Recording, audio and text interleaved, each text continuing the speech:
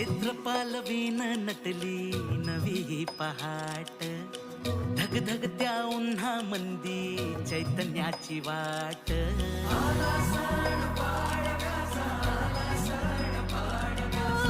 फुलांची ती माळ सजली रांगोळीचा थाट, वसंताचा वारा भिनला आनंदाची लाट. ए मनात भरा सारा गोडवा नात्याचा, बाण मराठी हा उजळ माथ्याचा. ए जमली सारी पोर जोमाने,